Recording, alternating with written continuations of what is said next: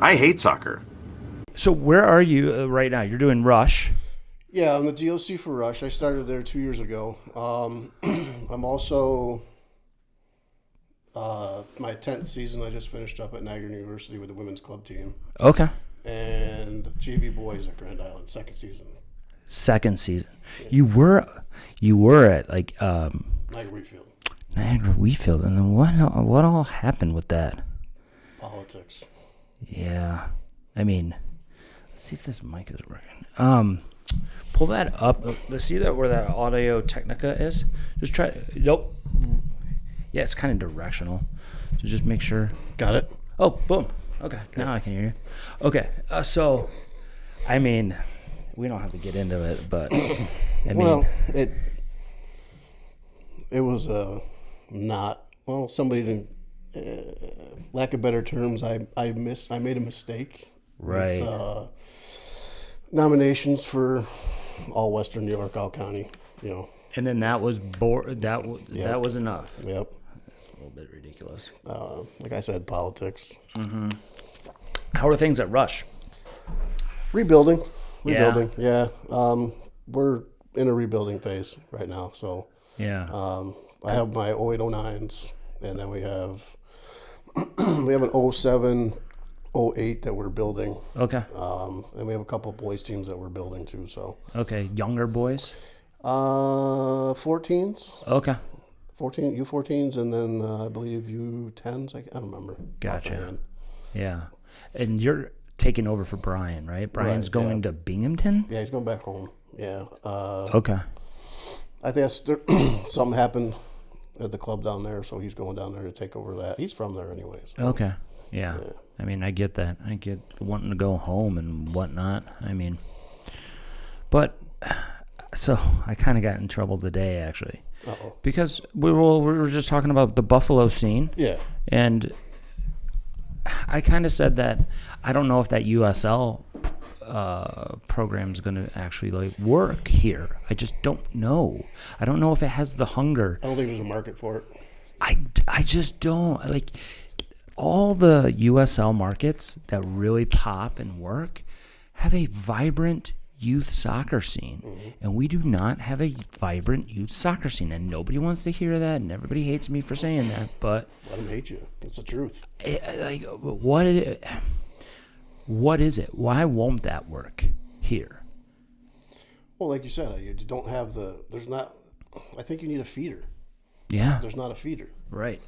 from the area clubs. It's kind of like a monopoly right now, Yeah. Yes. unfortunately. Yes. And like, I think there's a coaching shortage too. I agree with that as well. Yeah, because we're looking for coaches, we're looking for players, Yeah. and nobody wants to. Do you think, like, compare it to 10, 15 years ago? How has this whole market changed? So I've been coaching for 21 years. I Yep. started when my son was 4. He's Okay. now 25. I started with Northtowns in the rec program. Mm-hmm. At the time, there was 1,400 kids in that rec program in the summertime Okay.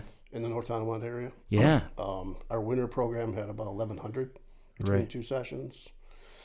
We had 27 travel teams between the boys and the girls at that time, and then that was like the travel was travel. Right. It was like throughway travel. Throughway was the premier. Exactly. It was big. And then you had like Region 1, right? Yeah, and then there was Like MPL. what the hell was it called? I don't remember. There was like another cup league or something like Yeah. throughway league. Okay. And then like BW and YSL or Yeah, Buffalo Western New York JSL. Yeah. That's still a thing. That's the whole thing, but But that's become the rec. right. And now throughways become travel. Yep. And then GLA, ECNL, RL, E64, and all that's become The premier. Yeah. Right. But I mean, we could just get into it. With the Flash, it's a monopoly right now in this area, and nobody is trying or nobody can infiltrate and become a true competitor. it's tough when you got their money. And that's what it all comes And down the to. facilities, they have some of the best facilities in the area. Yeah, absolutely. Especially the flash fields. Yeah. You know? And Even their indoor spot's nice. And what they're doing is going around the state, kind of, and buying up smaller clubs. Yeah. They did it in Rochester. They're doing it in Syracuse now. Binghamton. They had one in Erie, but then that broke apart, I think. I think so, yes. I mean, and some people think that, oh, well, it's for access to players. I don't think it's for access to players. I think those clubs are treading water financially. And I think that they come in with more stability in that department. And Well, GPS used to do that. GPS did that all over the country. Northtown's, we partnered with Northtown's just with them for extra training. Right. But our contract was tailored that if you want a player, you go through me first. Right. Because I was the president at the time, so you want a player, you come through me first. Got it. Just don't be poaching players. Right. And so, like, you would share players, basically. Yeah, I'm okay with it. So I'm okay with the pyramid system. Yeah. There should be the pyramid system. Right. Know? If you have players that are good enough to play at the next level, you should be putting them there. Right. They should be going there. Yeah. Not holding them back because of your ego, Huh. You think that still is going on a lot of I've areas? I've seen it, yeah. I mean, I feel like there's a lot of clubs with an identity crisis, and they think that like they're on par with the Flash or something, or one of these bigger clubs, and they're like, oh no, I'm not gonna send my player to you, because we're competitors. Right. It's like, no, you're not. You're not. You're not competitors. You play their B team, maybe. You play their C team, maybe. Right. Go play their ECNL or exactly. Yeah. You get smashed. Yeah. Right. So, and there's nothing. I don't think there's enough feeder clubs here, and there's obviously not enough competitive clubs. Those are 50, 60 clubs now? Right. Area? 70 maybe? What I'm thinking of though is like how many players. So if you look at the Flash, let's say the ECNL top girls groups, they're getting new players either at 9, 10, or 11 years old from Buffalo, right, or later on, they're getting them from Canada, they're getting them from Rochester and Syracuse and Binghamton, and they're getting them from Erie, Pennsylvania. There's not really a lot of late bloomers from a Lancaster or from even Clarence. That's at U15 and going and making those ECNL rosters. No. Like, there's not enough of that feeder system, I feel. Right, I agree with you. Yeah. Or is it the quality? Is it the coaching? Is it the number of players? Is it how old this area is in soccer? Like, what is that? I think it could be A host of different reasons. Coaching. Because you got if you think about a lot of these clubs have guys like me that started out as a dad, Right. When our kid wanted to play, and then me myself, I got roped into it. I refed for 10 years. I've been on both sides of the balls. Yeah. So it's just I think it's that maybe some of these smaller clubs can't compete with these bigger the bigger travel like Clarence and Lancaster and Amherst and Right. So I mean. It's probably a multitude of things, man. Yeah. I want Buffalo to, get into, becoming a hotbed. Yeah. And that's why I'm, happy when other clubs are popping up. Even the Buffalo Pro. I don't know if the USL team is going to work, but I think what they're doing with the academy might work. Yeah. I saw that. That's pretty cool. And I think... and they're gaining some of the coaches that were at GPS back. Yeah, well, they got Ryan Louis, Ryan D'Annunzio, Colin Morrow, and Nikki. Yep. And then Taylor DeMarco. Oh, really? Yeah, Taylor DeMarco's working there now. And, but that's not enough. No. It's still, we need more and more and more. And that's why I wanted to have you on, is to talk about a little bit of Rush and everything and see how that's rebuilding or rebranding. I don't know about rebranding. It's more rebuilding. Yeah. I guess prior administrations per se. Right. Were, you know. Yeah. They did some things that kind of hurt us going forward. The building of it. Yeah, and Jackson does. He's a guy's. I love him. He does a great job. Mm-hmm. You know, he puts his heart and soul into it. But he struggled. You know. Like I'm kind of seeing now is, you know, we got to get younger kids in more than the older kids. I'm getting more older interest than younger interest. Right. At the moment, and it's hard to build that when you don't have it. Have the youth academy. Yeah, when you don't have something to build and offer, or even coaches to coach it. I mean, I'm only one guy. You know, I can't coach 5 teams. Right. So. And it's like the older players are all unhappy or not fulfilled at what their local club is. So then they all come and they kind of, you know, merge into one team. Whereas if you want to build players that come back too, right? You know, they're not happy there, so exactly. They come back. Yep. You know? And if you want to build a club, you're right. It has to start with like a youth academy or something. A rec program. Oh yes, that feeds into the teams. Yeah. When I was with North Towns, that's where most of our kids came from. You know, when you have 1,400 kids at your disposal in all age groups to look at, you know, yeah, you can go, hey, what do you think about the next level? Hey, what do you think about the next level? Right. You know, and you can build a girls and boys team every year out of that. Yeah. Or 2. Right.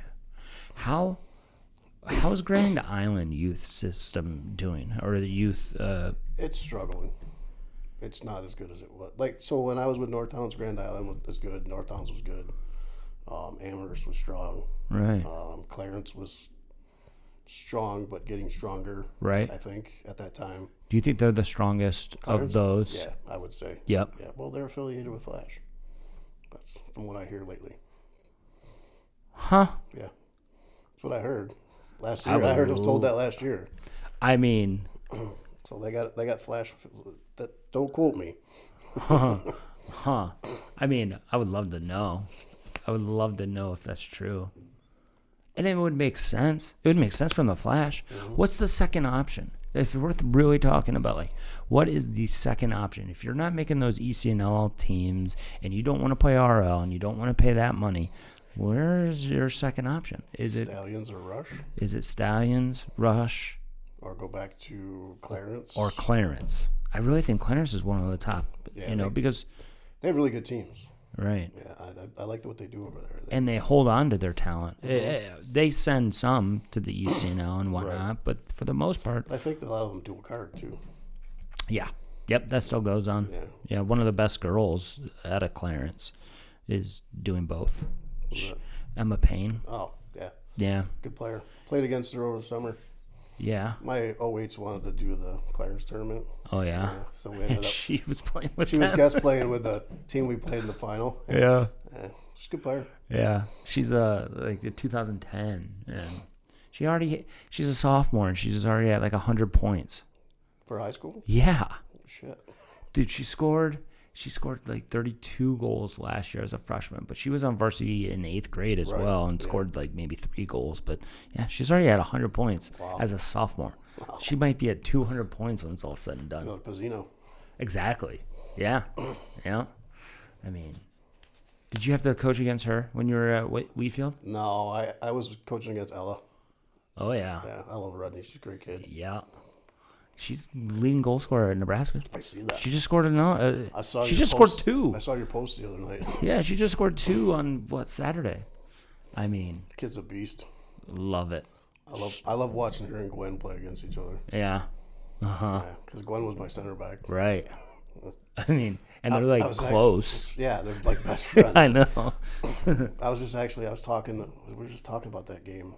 Because I was talking to some of the girls that I coach. I don't coach. That play for me at Rush that go to Grand Island. And I was like, yeah. The last time I coached a girls' game at Grand Island, it was a 3-3 tie in overtime, double overtime. And I just remember Gwen was just cleaned Ella in the box. Yeah. And got up like she didn't even know who she was. I was like, oh. I mean, that was when Gwen and Ella were probably juniors? Or was that senior year? No, they were juniors. And that would be like Peyton Cadra's Yes. like senior year, and Yes. Morgan Cadra's like sophomore year. Yeah. Yeah.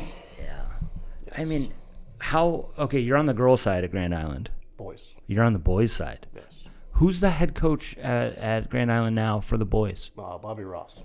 Bobby Ross. I don't know him at all. He played for Grand Island. Okay. I forget where he played. I think he played at Canisius. Yeah. It was college. I'm not sure. Okay. I know he played college ball. Okay. Because he used to be Frank Butcher, right? Yeah. And now he's in Clarence, and I think he's only He's the doing director of Clarence, yeah, I his think, yeah. DOC with Silverstein. Yeah, I love Mike. Mike's a good dude. Yep. Yeah. I mean,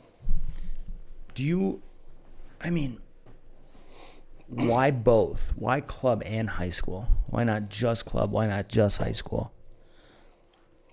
I don't know. There's an opportunity, different avenue. I like the high school game. Yeah, I do too. I think it's a who was on here the other day? The guy from Will East. Tony. Tony. Tony Yeah, the competitiveness Schiappa, he was talking about with Yeah. competing for your community. you know? Yeah, for your I school. like that. And it's a great learning. It's a great learning for them to learn life lessons and stuff like that. How to deal with Absolutely. that. Like I like his analogy. Yeah, you got to go back to school on the next day. Yeah. And listen to it over the announcements. Yeah, and people got pushback, or he got pushback on that. Really? And like, oh, no high school team is getting 500 fans and stuff like that. It's like, yeah, some of them are. There's some. That game I talked about, the Grand Island game, Yeah. there was probably 400 people in that. Both the stands were full. Yeah, exactly. Varsity boys, Grand Island was there. Varsity Wheatfield boys were there. Yeah, The coaches for each team were there. exactly. At the time, the Rowdies, they call them, Yep. Niagara Wheatfield, they were there raising hell. Yeah. You know? I mean, when you get these rivalries, that's another thing. There's no rivalries here in club No. because they don't play each other. No. You can talk till you're exhausted about RNY versus EC versus Flash, and they don't play each other. They're not competitors. No. My 08s don't play any local teams. It's insane. But I think What are you playing in? GLA. Okay, so you're even at the GLA. You're going to different states and Pennsylvania, Ohio. yep. Do you go east at all? No. That's good. GLC, Great Lakes Conference, you would. That covers Kentucky, Indiana, and all that. Okay. I'm glad. I mean, when I first got here, we had to go to a regular season game and we were Region 1. So we'd have to go to Delaware and Boston for games or tournaments or whatever, and that's exhausting. Our tournaments are out of town. My girls have 2 tournaments in Boston this year. Yeah, is what NEFC? NEFC for Thanksgiving. Yep. And then Needham. That's Thanksgiving. NEFC, yeah, Thanksgiving weekend. We leave Friday. Okay. Leave Friday night. Good, like Black Friday? Yep. Oh my Check into God. my hotel Friday night. Play Saturday. God. We might play Friday. Last year we played Friday night. When I was coaching with Flash when I first got here, we went to a tournament out there. I think it was NEFC in the spring or something in the spring. There was snow on the ground in March. Oh, we kicked off all 3 games last year. It was no warmer than 28 degrees. That's insane. Yeah. Friday night we played at night under the lights. It was 22, 23 degrees. Do you think there should be a threshold? Oh, there's a threshold for high school. What is it? 32, 35. Can't be below 35 Yeah, I would be degrees. like, for training back in the day. There's a heat one too. It can't be above 90. I can understand that heat exhaustion and stuff, but you could get hypothermia and Dude, it was cold. yeah. I mean, I'm just standing there coaching. It was cold. when I was coaching club back in the day, I had a personal rule. It's like if it's under 45, we're not training. Yeah. And yeah, I never trained it when it was. Well, we start up freezing. Rush. Next Monday we start outside Where are you guys training at? in Arden Okay. for 3 weeks. Okay. Then we move back inside to Epic. Okay. Epic. And you have how many teams in the entire club? Full teams, Yeah. 1. Wow. And then we have 3 partials that are building. Yeah. And then it's just word of mouth and trying to get other Yep. yeah. Social media. Yeah. Hopefully this will great, help. yeah. Yeah. I mean, so with Rush, how much is the mother Rush involved at all? As far as the corporate side? No, more like the coaching side. Like the education of coaches and stuff like that, or hands-on help. If you want your D or stuff like that, we have avenues for that. We Okay. provide that. Actually, they're running a C1 right now. Okay. Where? I believe the C is going to be in Rochester. The D that they just did was in-persons were in Syracuse. Okay. So. And this is all Rush staff, or is this just like the USSF? It's all Rush staff. Yeah. Okay. So, do the guys from Colorado come out and do it? No, it's just New York. It's just New York guys. Just New York. So, Buffalo Rush is part of Northeast Rush, which is Connecticut, New York, and I don't know if there's another state involved in that. I'm new to the club. This is my second year. I'm still learning a lot. Right. But there's 5. There's Buffalo, Rochester, Syracuse. Binghamton, Syracuse, and Albany. Okay. And they have the 5 branches in New York, and then there's Connecticut. Got as it. Well. And then, so how many? Do you know how many regions Rush has right now? So there's a Northeast. Global. I mean, for real. I mean, they were massive. I think we're in Region 1, 2, 3, and 4. There's Rush teams all through the U.S. regions. Yep. There's a Rush in Italy, Puerto Rico. There's a couple other countries too. Wow. I knew a buddy. I think we're sitting at like 49,000 players. Worldwide. Mm-hmm. 49,000 players. Because I saw there's Alaska Rush. My buddy used to coach, or I think he still coaches for Chicago Rush, or he was the director of Chicago Rush. There used to be Michigan Rush. Michigan Rush was massive, but now Novi Jaguars, or Michigan Jaguars, kind of took them all over. I don't know what all went into that, but yeah, we're all down the East Coast. Yeah, and then but the mother is in Colorado, right? The original. I believe so. That seems to be the biggest hub. I'm not sure. Right, and that's where I believe they're in the MLS Next. Yes, well, we have MLS Next here in New York too. Well, yeah, RNY. No, our Buffalo Rush I think has not Buffalo Rush, but Northeast Rush has MLS Next too. I think. Is it the Connecticut one? Maybe. I think it's it would be the Connecticut Rush. We also offer ECNL too. So. Yeah. Is that in Northeast as well? Yep. So there's a couple North ECNL teams. Gotcha. Huh. I need to look more into that. This is one of my big things is well, why don't we offer it here in Buffalo? Maybe we'd get a little bit more numbers, if everybody's so worried about ECNL. But I guess ECNL is very selective of what they give out, which is fine. You want the best of the best there. I don't know. I got a message yesterday that there are active private equity groups trying to get MLS Next and ECNL to merge. I've read about that. Yeah. I would love that.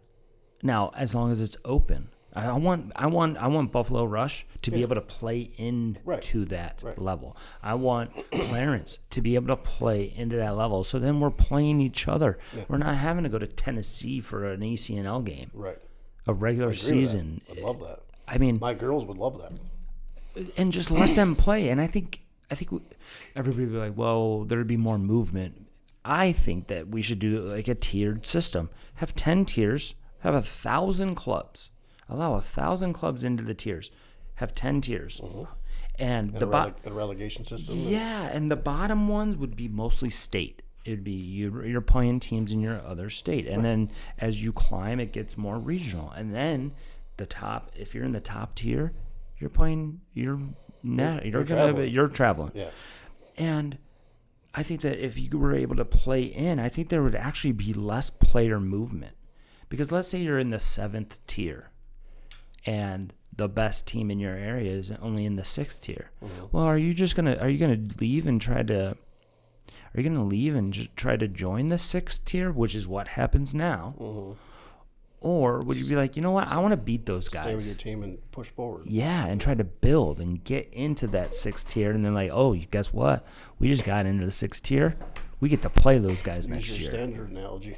That's you. Yeah. Now this is our standard. Exactly. Yeah. I wish, I don't know. I'd love to see that. That'd be great. I would love to see that locally, with like the Buffalo Western New York teams. Push into relegate them in the Thruway League or into and have it bring the Champions League back put them in the Champions League, and have it be based on what you do on the field. Right here, like we did that in Michigan years ago, where if you were in, it was like MPSP, it was Michigan Premier Soccer, whatever, MSPSP, Michigan Soccer, or whatever. If you were in Division 3 and you won it, then you're in Division 2. And then if you won that, you're in Division 1. Right. And you get to climb. And then one year, you get to win your conference, and then the next year, you're getting smoked. And that's okay. They used to do that in Buffalo, Western New York. I'm not sure if they do it now. Like if you were under 14 boys and you started in the C division and you won, you went to the B, the A, and then you jump up to the next age group, Yeah, and then you would get moved down, obviously, if you struggled. Right. Is high school set up like that at all? No. No, it's all set by class. It's all class size. How many kids go to the school? How many beds or whatever it's called, right? So like Grand Island's AA. There's only like 3 AAA, 4 AAA schools. Why doesn't high school here have conferences, regular season conferences that are just your county, and then it's based on skill? Because I'm seeing poor Sweet Home getting annihilated, and it's like, oh yeah, they're in our conference, we have to play them. Yeah. It's like same thing with Kenny. Same thing with the NFL, where Grand Island is. Right. Like East and West on the boys' side, they're good. The boys' side's good, but East and West on the girls' side, they're not good.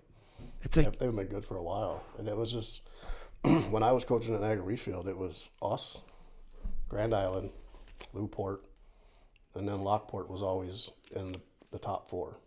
Everybody else, it's not nice to say, but you go to play the Falls, you're guaranteed 6 points for your power points and a win. And we played them twice. Exactly. And Newport only played them once, and Grand Island only played them once because they were in the other bracket. And it's just. So in Michigan, I asked my AD. I was like, "Hey, can I play in the ECIC?" And he's like, "Why do you want to do that?" I go, "Because I want to play better teams." Exactly. I want to play Clarence. I want to play Lancaster. I want to play Depew. I want to play the powerhouses, the Will Norths, the Will Souths. Yeah. Because I'm not helping my players by kicking Kenny's teeth in 20-0. Exactly. Not that I would do that. Right. But it's not fun soccer. So I grew up in Oakland County in Michigan, and they have OA Red, which is the top, and then blue, and then all the way down the tiers. And the top tier, you could have a D2 statewide, like a class AA playing a AAA, or a class A playing a triple A, or whatever. But in the regular season, it's all based on merit. Now, state tournament, it's based on class size, and that's when you go in sectionals. So right now, the teams are in sectionals. Right, and that's based on class size. But I don't understand why the county teams, like the NFL or the ECIC, is all just class based. That's not how it should be. No, because is that how football is here in high school? Is there blowouts in football like this year round? Yeah. I just don't. Who's running the show? State. Do you ever think that states like New York ever looks at how do they do it in Massachusetts? How do they do it in Michigan? How do they do it in Ohio? You would hope they do. I don't think they do. When I got here, high school games had overtime. Double overtime. Still do. Now it's golden goal. And it used to be you played the entire time. Mm-hmm. Well, on the boys' side, it was golden goal. The girls' side, you had to play both 10-minute halves. And they changed that. I think they changed that my last year at Niagara Wheatfield. And then it was golden goal. But you still play 2 overtimes. Yep. That is absurd. Unless somebody scores. Yep. That is absurd. You're already playing 3 games in a week. But yeah, sometimes 4. I remember I went and watched Kyle Pollard, and he was playing Clarence as an 8th grader. And they were playing, I think, Lancaster. And it was 0-0 tie. I'm like, oh, okay, the game's over. I'm leaving. And then, like, they're not shaking hands. And I'm like, wait, what's going on? And I'm like, oh, it's overtime. I'm like, it's like 9:30. I'm like, okay, I'll watch.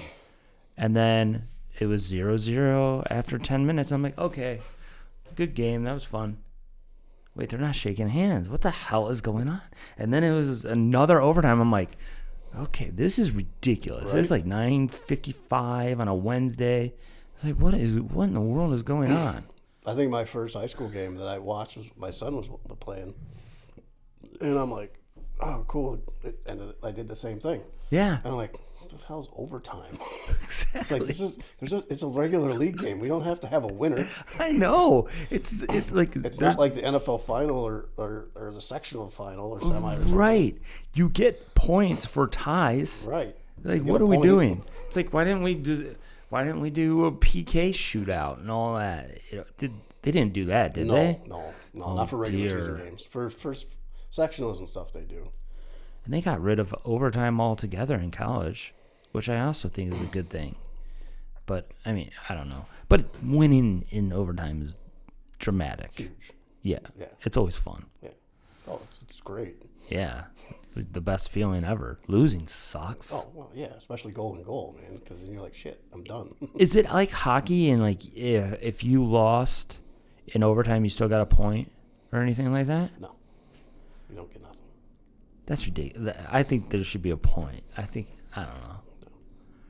Yeah. It's like regular side. It's like, if you lose, you don't get points. It's like EPL. Like, the league, you lose, you don't get points. Yeah. Yeah. So how are you going to, like, well, first of all, where are you looking for staff for the Rush? Right now, high school coaches, anybody that's really interested. We put Facebook message out. Brian put one out, looking for, anybody interested. Yeah. Yeah. And how's that gone? I got the Lockport girls coach, Anthony Pelicano. Okay. He's going to coach a younger boys team for us. Good. Ryan Murata's coming back from Duval. Okay. So he's going to coach the older 07 girls, and I'll assist him with that. Good. And then I think I'm going to bounce him down to my 08s too, so we can just dance around there. Yeah. And then, I mean, as you tried to build, are you looking to get a youth academy going, or? Eventually, I'd love that if we could do it. We gotta get the players for that. I mean, we do run small, like, Mighty Mites clinics to get little kids in. Okay. They get some traction. They don't get some traction. We do a goalkeeper striker clinic. Okay. That's getting a lot of. We got one coming up this winter. All the dates and everything are on our website. Okay. And that's getting. Last time I looked, I think we got 14 kids signed up for that one. Nobody for. We got 3 for the Mighty Mites, which are like, it's kind of like soccer shots. Yep. And then our one middle program we don't have anybody signed up for yet. Right. So. And then how? Okay, do you know the backstory of how Rush was formed in Buffalo here? I mean, after I know the GPS fallout, and then I think they took, like, basically they took it over. Right? Yeah. But then a lot of the coaches went to Flash, like Ryan Louie and Colin and and then Sean. Who went to RNY? Jamie's at RNY. Jamie Phillips. Okay. Yeah, He left. Who started the rush in Buffalo? Wasn't it one of the Stallions coaches? Lasher? Yeah. I think Lasher was one of the first guys. Okay. And there was another dude, real tall, bald head. I can't remember his name. He left to go coach back in Binghamton somewhere. Okay. I don't remember his name though. Okay. Yeah, they had that. They had Itor was there. Yep. And now Itor's at Delaware. Is that where he went? Yep. He's like the director of the youth boys, or he was. He might have stepped back from that. I haven't talked to him in a while. Yeah. And then Marissa Berzon is doing the girls at Delaware. So, yeah, I'm glad that you guys are in at Epic, because there's not enough indoor facilities here. No. Yeah, we were there last year too. We train on, we get the big field, we get the side field, and we also got the turf field down in the fun center. Yeah, which I like. I like that little field. That's good for technical training. I like doing technical training. Right. Yeah. And then, so the mini mites or whatever, is that what age is that? 2 to 5. Okay. So it's like soccer shots. It'd be the same thing as soccer shots. Yeah. And then what at starting at 6? What do you guys? There's another one. I don't remember what it's called. Are you guys providing anything like that? Are you planning on doing that? Yeah, we have. Yeah, we run clinics all winter, summer, spring. Okay. And you have those coming up, and Yep. that's like what you were talking about with like they're on the website right now. The dates are. I don't know off the top of my head. Yeah. What goes in? I mean, I'm trying to think of like, I started out when I was in my younger 20s. I started out helping build a club that basically we started with 3 teams. But what ended up building it the most was our youth academy. And basically what we did, we got local high school kids to come out and coach with the director of coaching and assist and stuff like that. And then we would have one night of training, and then we had one night of games. And the games were never more than 3v3. Right.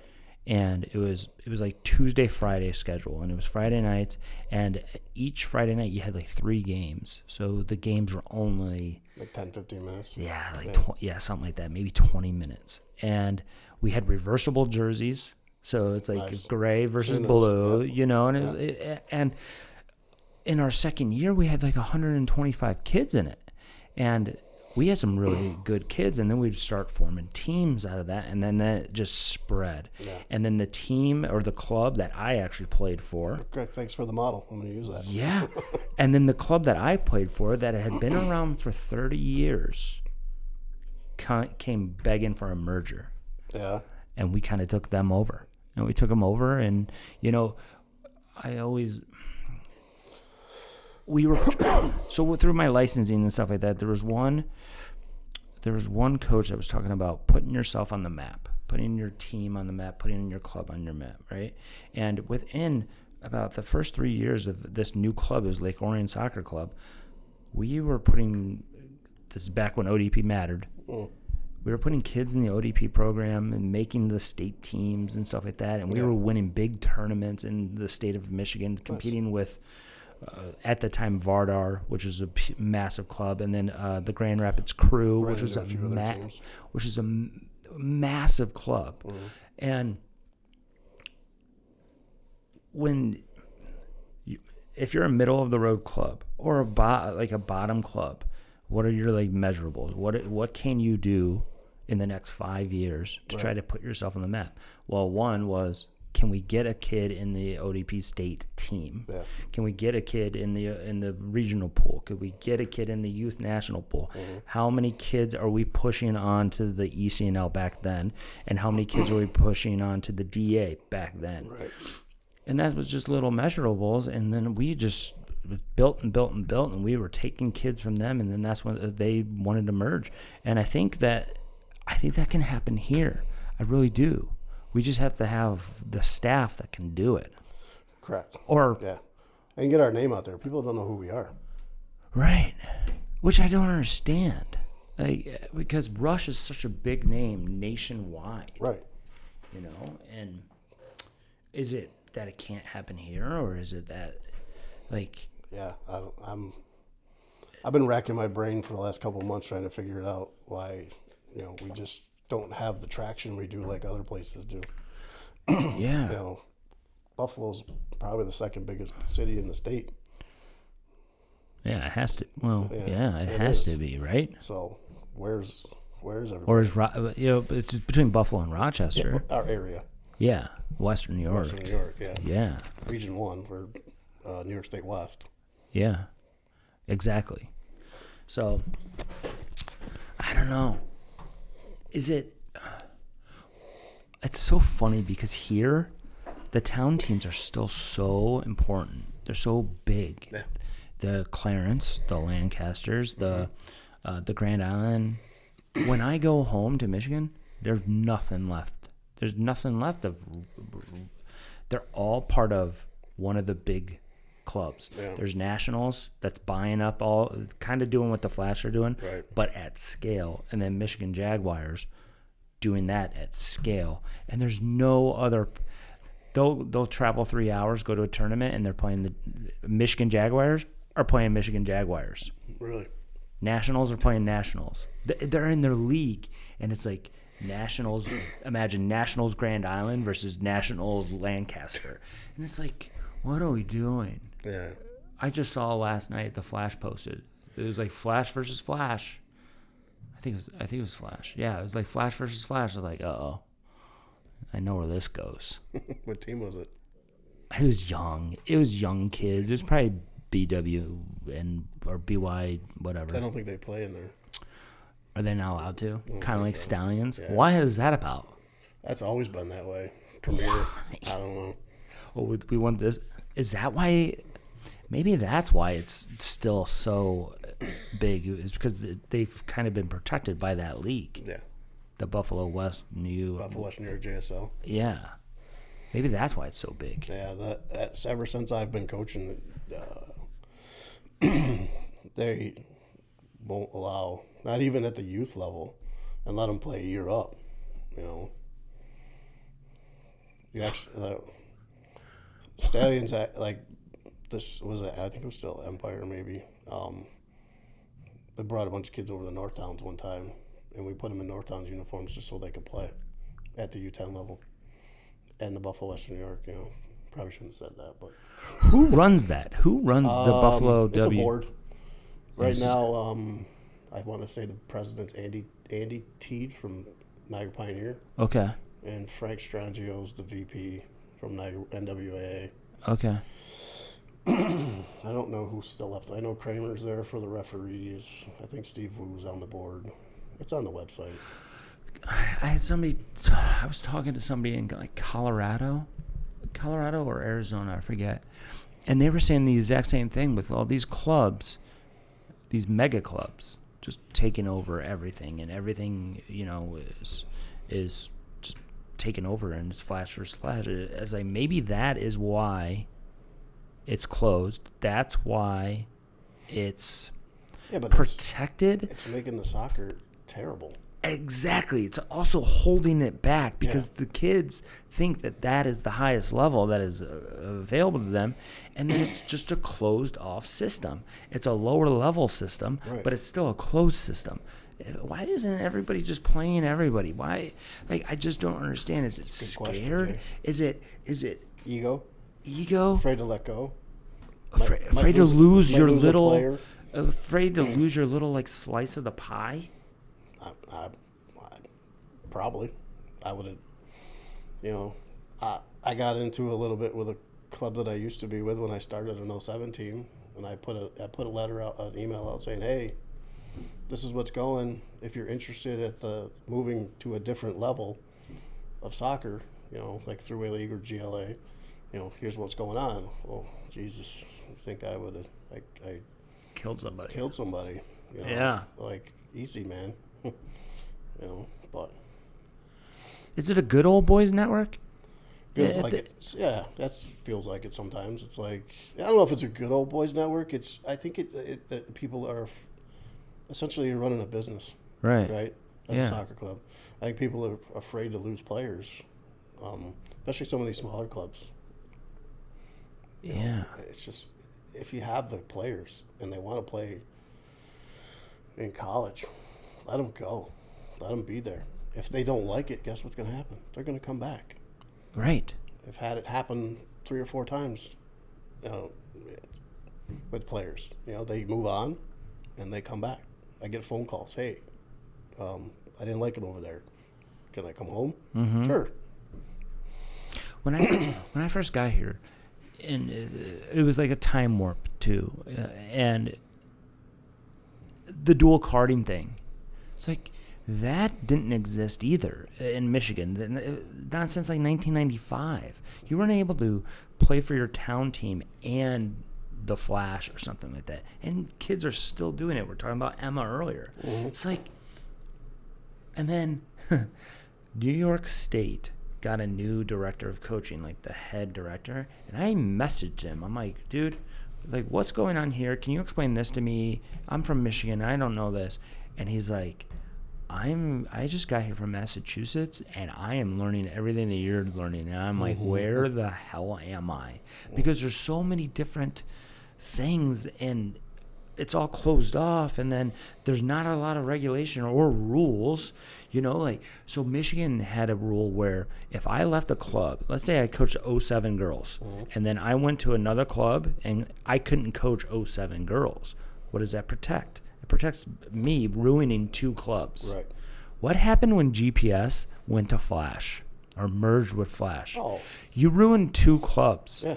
And people are like, well, you know, how dare you say that? I'm like, guys, you did it. Because, look, and I'm just talking the boys' side.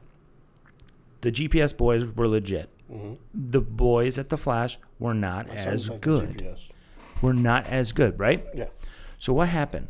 So GPS coaches were able to go to Flash and bring entire teams over.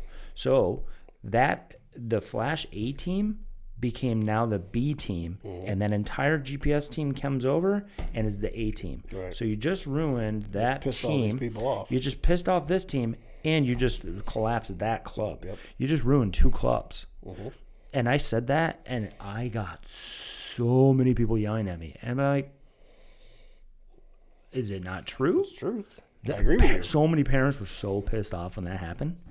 And it's like, they don't really care. They're now better. Mm. And now that they can get into the boys ECNL and, you know, and compete and stuff like that. It's like, but then all the GPS guys ended up leaving eventually anyway. Right.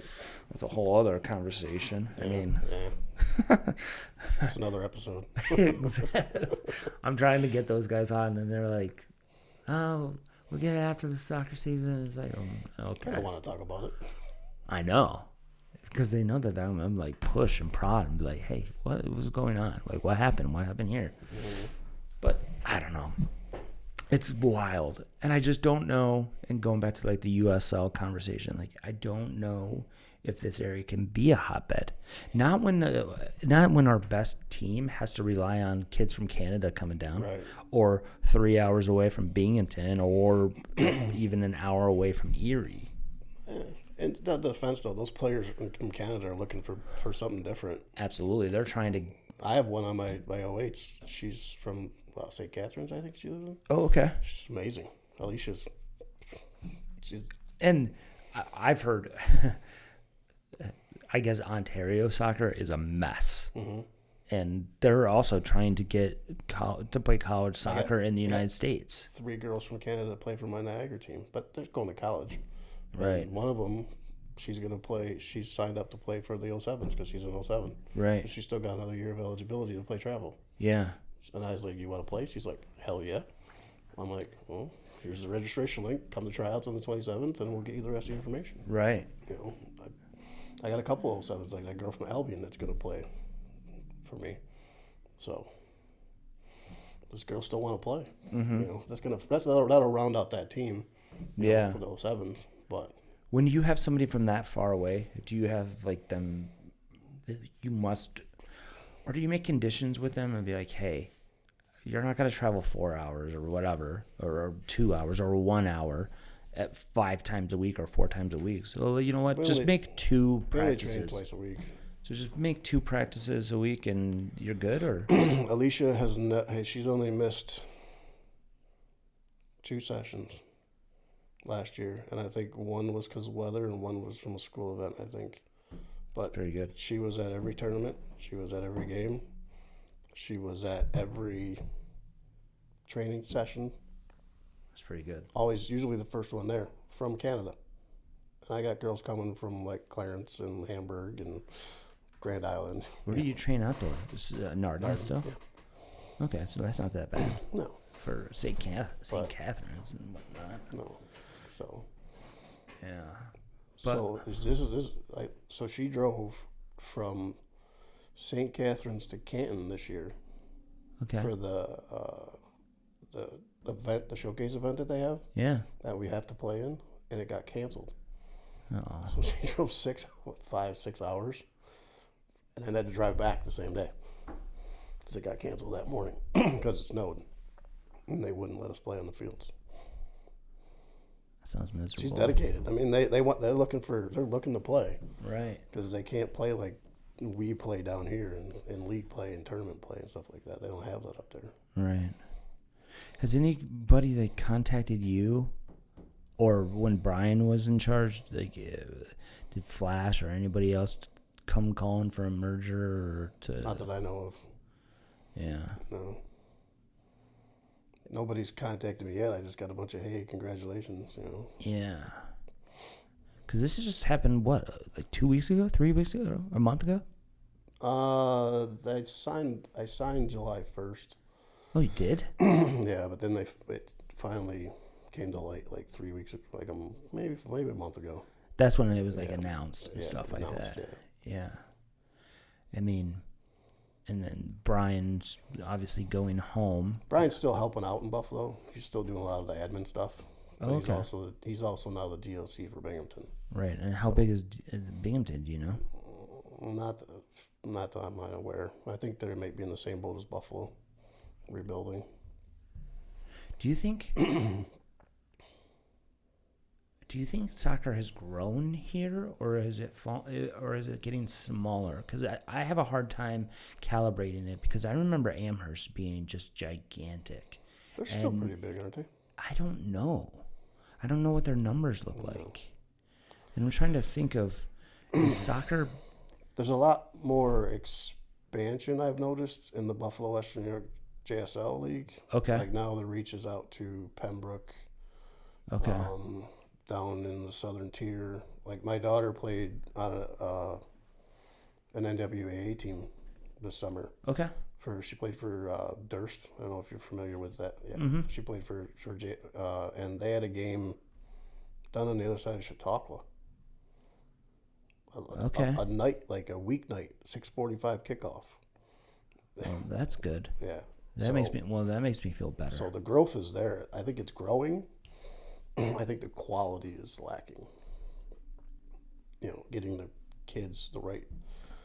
You know, the program's building them so where it could come back to where it used to be on that side, but yeah.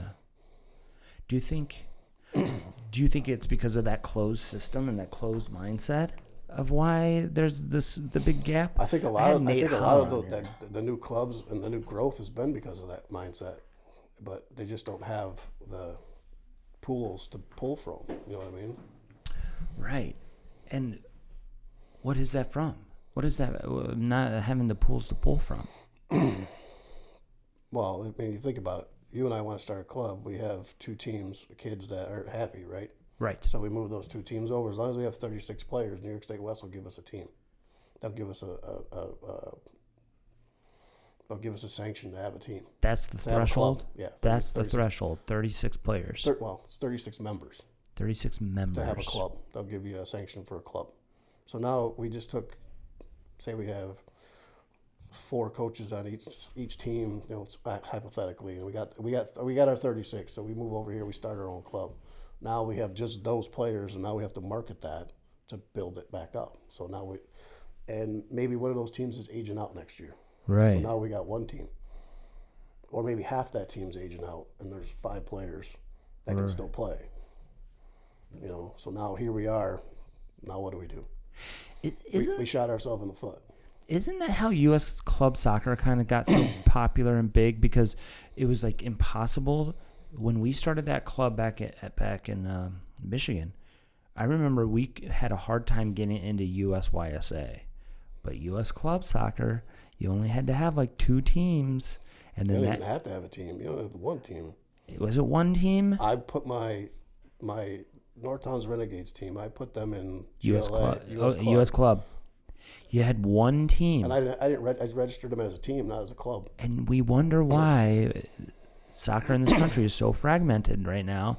It's because of USU soccer and all the regulations and their closed system and not allowing teams in, kind of like the BWNSL or whatever.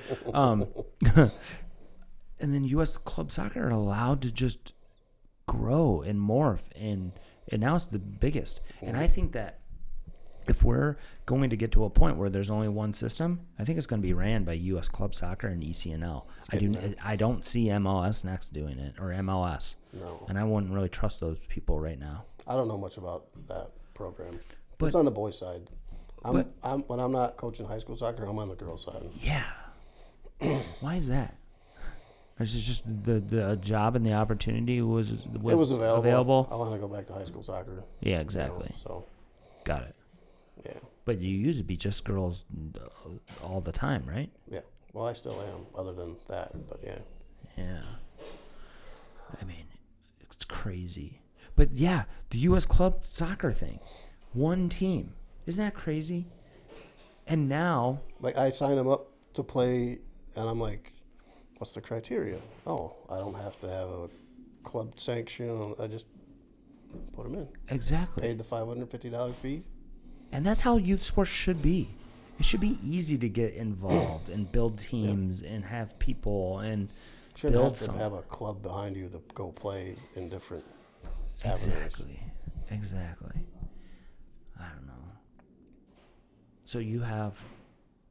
Okay. So and you're already above that threshold, the 3 teams. Or you have one team, but you're making... Well, yeah, but we're part of Northeast Rush, so we have...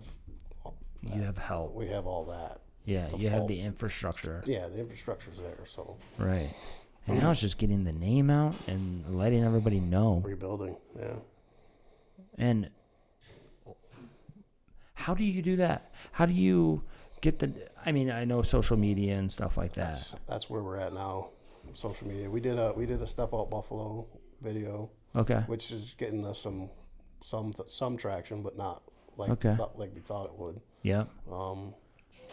And Rush has their own media people. Right. They do stuff for us. They put out email blasts and stuff like that. Yeah. And locally, I mean, advertise. I mean, I'd love to do a commercial. Yeah. I mean, I wonder, what about, I'm not just always,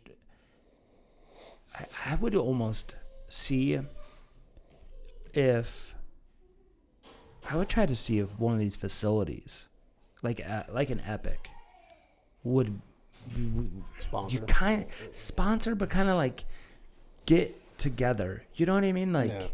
I've seen that in Michigan where basically a club kind of buys into a facility. That's what the Stallions do at Epic. Or at Salem. Or at Sportsplex. At Sportsplex. Yeah, that's what they do there. So they kind of like own it. They have a big contract with them. They give them... Right. That's what... I think Clarence is deep into Epic, though. They have a lot of field time there. I mean, they have to. They have to because they've just grown so much. And they have... What did they say? I think they have 100 teams. That might be... No, that's an exaggeration. But it's something insane. I know they got like a black, red, and white team. In almost every single age group. Yeah. Kind of what Flash is doing with ECNL, RL, and pre-ECNL. And I saw...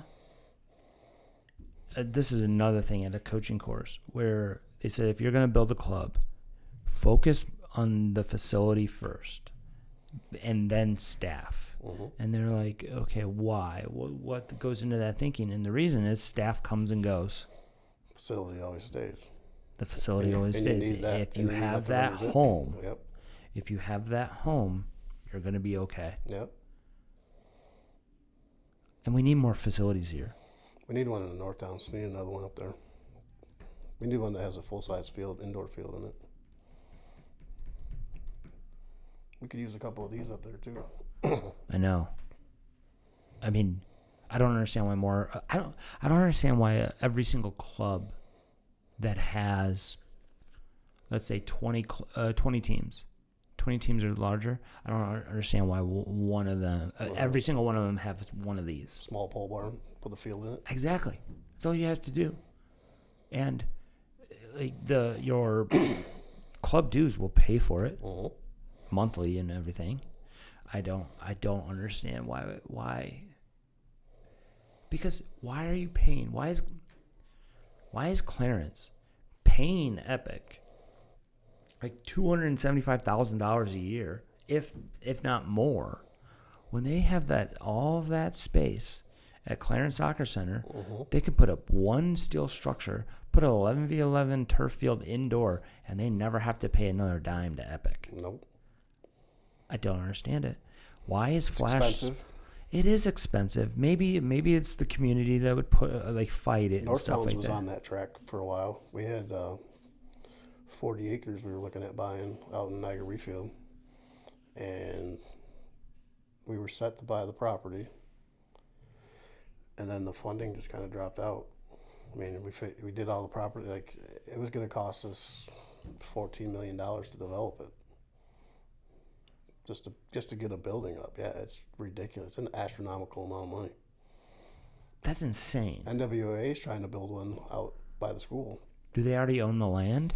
I believe the land is theirs, yes. And I can't speak on that. I'm not sure, but I know they've had some events to fundraise for that, and they're trying to get money, and it's a lot of money. And just to put up one field. I think that. I mean, I wish R&Y would have built a full 11v11 field, but I think they had issues with funding too. I don't know that for sure. Did they take over the old Empire Complex? Well, yeah, In Henrietta? right, but it's not a full 11v11 field, not indoor. Not indoor. No, No, outside. the one turf street, outside, yeah, the turf outside is, yep, but the indoor one, I mean, pretty close. If the indoor one was full 11v11 field, I think they would be able to host MLS Next games and girls GA games in there, but they can't. Right. But they rent it out a lot. A lot of times the MLS Next teams are training either at the old Salins Park downtown Rochester. Okay. Or they're training outdoors in 30-degree weather because they need to rent their facility. Yeah, the one downtown's outside. And that's like Flash does that too. Yeah. But why has Flash gotten so big? Yeah, they had the financial backing of the family, Salins, but they had the facility. And they can have, again, back to the coaching course. If you have the facility, and you had everything else had a pro team at one time too. Right. That was pulling kids in. All right. But yeah, and it's the financial back. Those pro players would go out and train kids in the area. Oh yeah. Yep. I had Beverly Goebel training my girls at one time. Yep. When we did it, when I was there, we had like 3 players per team or 2 players per team, and they were kind of like the mentors of those teams. And then some of them would train, some of them were coaching. But I mean, the facility. If you can get a facility, I think any club can be successful. Absolutely, I don't disagree with that. I think Clarence, one of the reasons why they're so successful is they have soccer center. They didn't even need, not even talking about indoor, just talking about the fields. Right. Where do you play your games outdoors for Rush? Narden. You play everything at Narden. Everything's at Narden. That's good. How does that partnership work?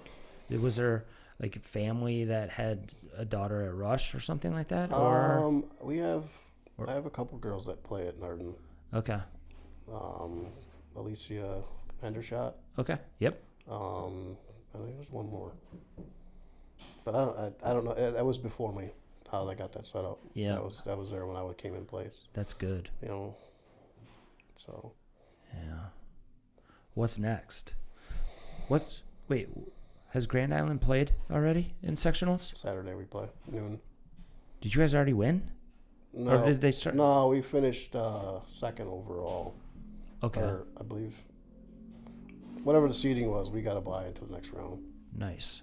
And who do you play the winner of? Cheektowaga. Don't know. Okay. Cheektowaga somebody. It wasn't posted on the website. I didn't see it. Gotcha. And when's that game? Tonight? Saturday at noon. Who? Girls play tonight. The girls are playing Lakeshore tonight. Okay. At 6:30 at home. How are the girls doing this year at Grand Island? Struggling. Coaching issues. Struggling. Yeah. Yeah. Head coach, he's got some health issues going on. So that kind of put him out again this year. Assistant coach, JV coach stepped up. I don't know. There was something going on there. Yeah. And then the mod coach went from mod to JV. Now she's the varsity coach. So, yeah. So she's having a season. She went from middle school to JV to varsity. Yeah. So in how long of a time? Probably a 3-week stretch. Oh my God. Maybe 4 weeks. Yeah.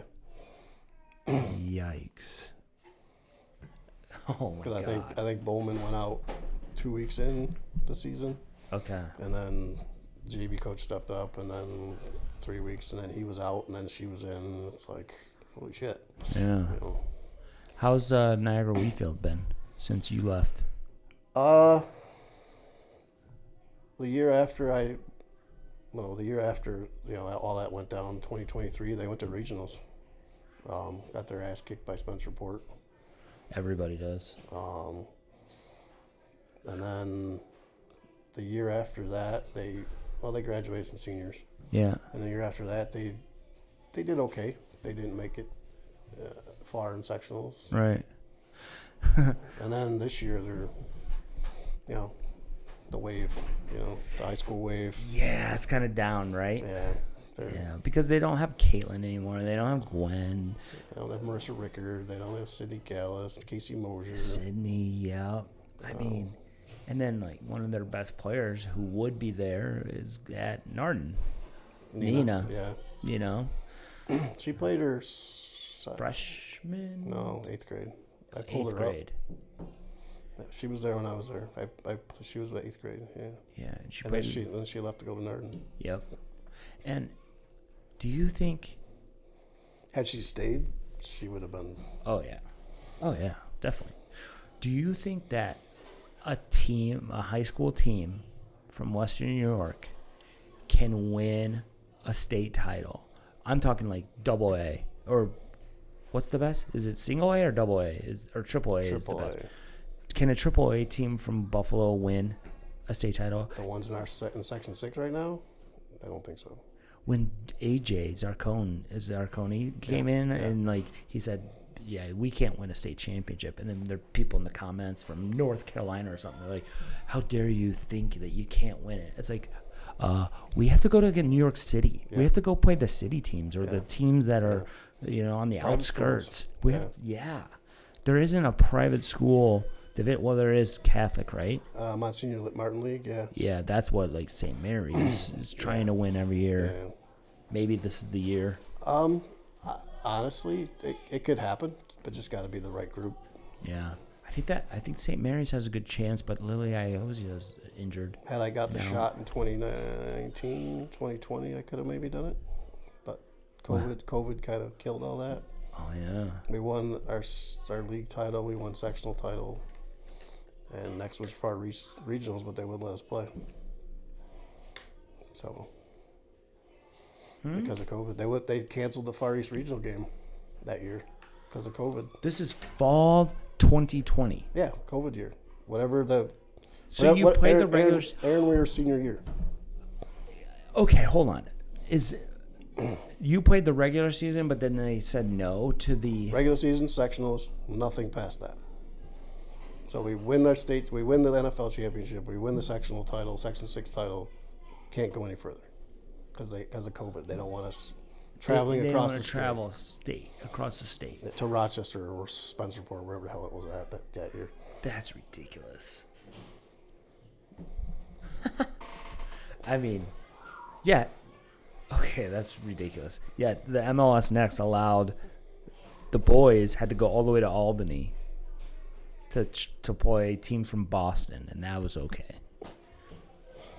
They had, every single home game was at whatchamacallit, was in Albany. So do you think that could ever happen? Like, what class was Amherst, or was it East Aurora who just won on the boys' side? I'm not sure what class East Aurora is. I think they're like 1 or A1? or A. The A or A1? I don't know. There's A and A1. See, how many classes There's are there? AAA, AA, A1, B, C, and D. There's 7. And then there's Monsignor Martin League for the Catholic schools. Yeah. Yeah. And since I've been here, I think there's only been one team from around here to win any state championship, right? And that would be East Aurora boys. Yeah, they won it. Yes, they won it like 2 years ago, I believe. I know there's been a bunch of teams that have gotten there. I think it was East Aurora, or was it? It wasn't Frontier, no. But yeah, Clarence girls have gone. Newport's gone like. St. Newport girls has Mary's gone like 2-3 years in a row. St. Mary's goes every year. Usually loses in the finals. Same with Clarence. Clarence has been there twice, and I think they lost one in the semifinal, and then they lost last year in the final. But if you watch that game in that final of Clarence, like, yeah, it was just couldn't touch the ball. Couldn't at the state final. Yeah, they couldn't get to see it. I just watched it online, and they couldn't possess the ball in the attacking half. They were just defending the entire time. But that team from down there had, their best players were 3 senior ECNL Division I players, whereas Clarence's best player was a ECNL freshman. And it's like, your age matters in high school soccer. The older you are, the better you're going to be. Right. It's kind of like college soccer. I'd rather take a 22-year-old freshman than a 17-year-old freshman or 18. Yeah. At least he's got some season on him. Yeah. Never got into a college game? Just on the club side. Just college club soccer. Mm-hmm. I wouldn't mind. I'd love to. It'd be fun. I think it'd be fun. How is that gig? How is the club side? It's fun. It's I've been doing it for 10 years. We have tryouts. We run tryouts like a normal Team, like a team. And a lot of like, so my daughter plays for Fredonia. They don't really have tryouts. Mm-hmm. The UB squad, if you sign up to play, you get to pay. That's why they always got like 60 girls. Mm-hmm. RIT has tryouts. I think U of R does. I think Canisius, if they can get a team together, right? They struggle. Not a lot of guys coaching or girls coaching club soccer in our area. Yeah. I think I'm one. U of R just got a coach, which is good for them. They haven't had one since I've been coaching. I think it's the first year with a coach. RIT's always had a coach. He's a flash coach out of Rochester. Yeah. Canisius had one, then he either stepped down or they let him go. But yeah, it's an interesting. You run into different levels. You get different levels of players. Right. Most of the girls that I get are, from Rochester, Division I Rochester players. Okay. Could they play college soccer? Absolutely. Right. I get some girls that don't want to play D1 anymore to come down and play. Yeah, So they I've don't. gotten like 3 They or don't 4 want of that them. grind. How many times a week do you guys train? When I first started, we were training 3, playing on the weekends, but now we're down to 2. Next year I'm going to take it back to 3, 4. How many games do you get in the fall season? We have to get in 8 to 10 games to qualify for a regional tournament. Okay.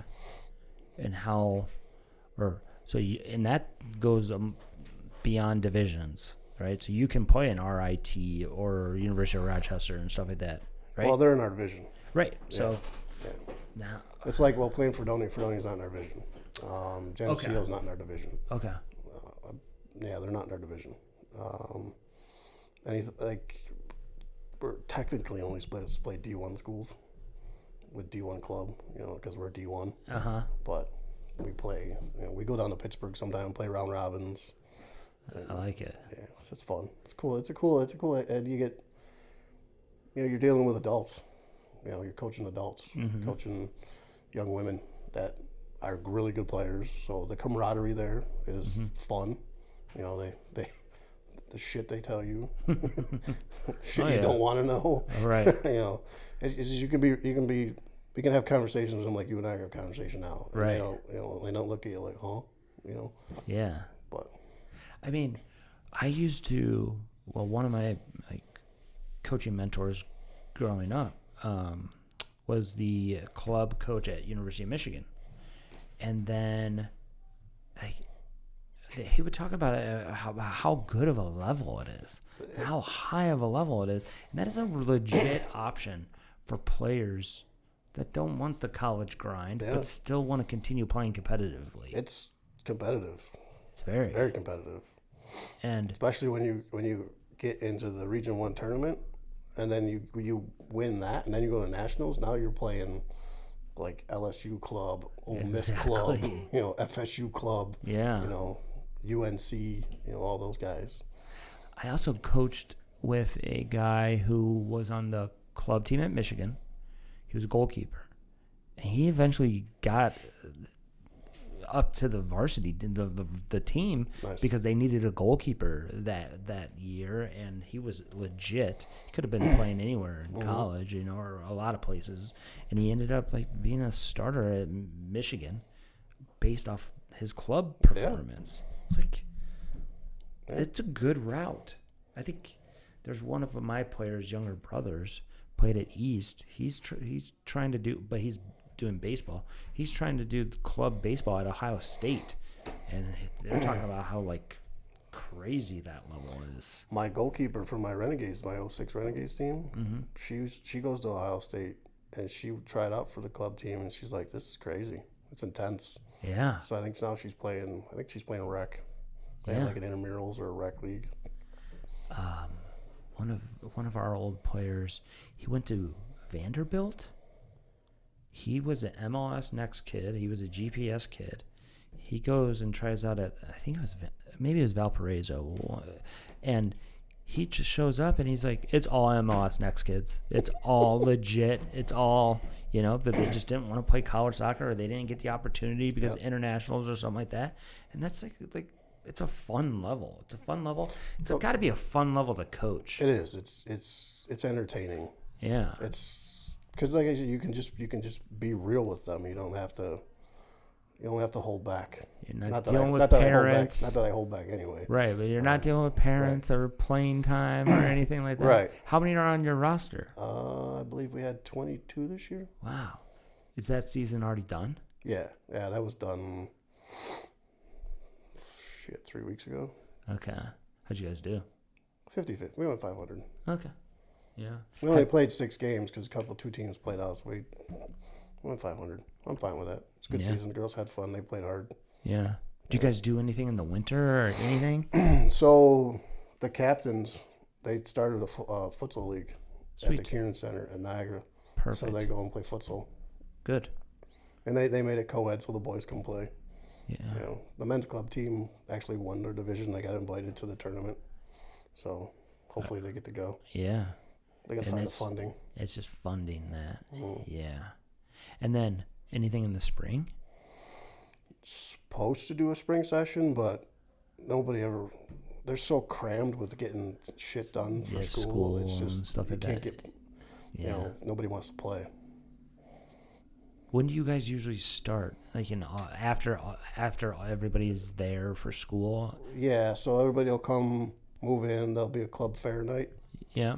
And we have like a little party they have, like club fair. They have a bar on site for 21 and over. They have food. They do fireworks. Right. But then that's where we get interest. But a lot of most of the girls come back.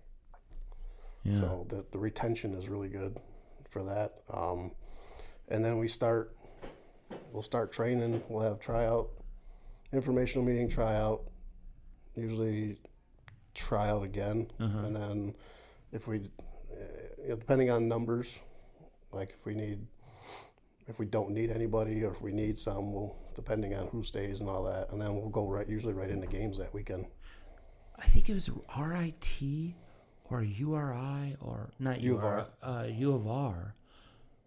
One of my former players that didn't play college, he tried out for one of those teams, and he said that they were trying to make 3 teams or something like that. And there's an A team, a B team, and a C team because they had like 75 kids They try did that at out. UB. Like I said, UB for the women's club team, if they show up and pay their dues, they're on the team. So he's got 60, 70 kids sometimes, 40, like 50 kids. Like, he can do a whole full freaking line change. Yeah, it's ridiculous. That is ridiculous. And I'm rolling up with my 20. Who coaches that team? I don't know the new guy's name. Oh, shit. What was his name? I have to look it up. I don't know. I don't remember. Do you get paid for that? Do you get paid for the U.S. club or the clubs? Yeah, I get paid for it. That'd be fun. That'd be a lot of fun. They're looking for a men's coach at Niagara. I don't know. I don't know if I'll be here. Just kidding. I'm going to cut that out maybe. Oh, man. Thanks for doing this. Yeah, thanks for having me. It's good to finally like meet you and talk to you because we've messaged back and forth over the years. Yeah. You know? I used to work over here, so drive by here twice a day. Yeah. What were you doing over here? I was working for a skincare company. Okay. I was their general manager. Okay. So. Yeah, and you're not working there anymore? No, I work for a manufacturer downtown. Okay. Gotcha. Doing inventory control. And you can still fit in all your soccer? No kids at home. My youngest is in college. Well, I have a granddaughter, but yeah. Congrats. Thanks. She's starting to get into those moving years. You know, she's getting her legs like underneath 2, her. 3? No, she's only 14, 15 months old now. Oh, okay. Yeah. So she's literally just walking. Yeah, she's crawling like a champ, though. But she's starting to stand up on her own. She'll take a step or two. But it's awesome. Yeah, future soccer player. No. Yeah? Unless Mommy gets involved. Mommy was a softball player, so. Oh, okay. She can do both. Well, if a third generation or second generation soccer players. All 3 of my kids played. It's key. And that's one of the reasons why we're so far behind. I think Buffalo is still very, very a young soccer community for the most part. Right. And we just need to be patient, but we need to just get older and get our kids playing younger or having players have kids, former players, have them have kids, and then... I didn't play my first game until I was 30 years old. Perfect. Yeah. But again, I've always loved the game, right? Yeah. I always grew up loving the game. I was a baseball player. Okay. And my son, like I said, my son wanted me to coach him when he was 4 years old. So that's how I got hooked. Yeah. And then I got hooked in the men's league. You know, might as well play. It's a good teacher. Yeah, it's absolutely. a good way to learn the game. So. Absolutely. And I don't feel like we're so young still because I don't feel like there's a large enough immigrant background here. There is in Lackawanna. Yeah. And where are some of the best players around? They're in Lackawanna. Mm-hmm. Whereas historically, St. Louis, one of the oldest soccer communities because Italy and stuff like that, and what's the other national? My daughter and I were in Queens. Another one for Gov Ball. Okay. And it was at Flushing Meadows Park. They're walking through the park, and my daughter's like, "Everybody's playing soccer, Dad." I'm like, "Yeah, because that's what they do on the weekends here." She's like, "They don't even have goals. They're using paper bags." I'm like, "They improvise. It's called pickup soccer, Exactly. That's why they're so goddamn good." This thing is from Africa. That's awesome. It's made out of corn husk. Right. And that's what they play with. It's like culture, and that's a culture thing. Yeah. It's just all culture. And when your parents played or your grandparents played, it's in your DNA. Mm-hmm. You wake up and you're talking about who Manchester United is playing that day, you're not talking about who are the Manchester Chiefs United. or whatever. Yeah, you're not I'm talking a about Liverpool fan. Okay, there you go. You're not talking about like who are the Bills playing, because here it's there's more Josh Allen jerseys that I see on a weekly basis than a Messi jersey. Well, soccer's on in my house 24/7. Good. That's good, and that's what I mean. It's I would say it's growing, but then we're always going to be behind. Yeah. Because if your granddaughter, if your granddaughter is a second generation soccer player, eventually she's going to play against a third generation or a fourth generation, and you're behind. But if she plays against a first generation, she's always going to be ahead. Yep. It's sometimes that simple. It doesn't seem legit, but people need to realize that this is. Oh no, but it's all Berhalter's fault, or it's all Pochettino's fault. Dude, we could bring in Pep Guardiola, and people are going to see that like we don't have it's not the X's and the O's, it's the Jimmys and the Joes. Yeah. Like we don't have those. No, we don't. Players. You know what I mean? It's like Clint Dempsey going up against Messi. Messi had a ball at his feet at like 16 months. Clint Dempsey didn't start until he was 5 or 6. Right. Immediately, we're 3 or 4 years behind. Yep. Drives me up the wall when people are like, well, it's all Berhalter's fault. It's like, dude, okay. Oh, we should be playing a 4-4-2, a 3-5-2, whatever. I was like, yeah, that'll work. That'll fix it. Yep. Nope. I hate it. Seriously. But thanks for doing this, dude. Thanks for having me, man. It's fun. Yeah, absolutely. Hope I didn't piss anybody off. I don't care if I did. I don't think so. I hate soccer.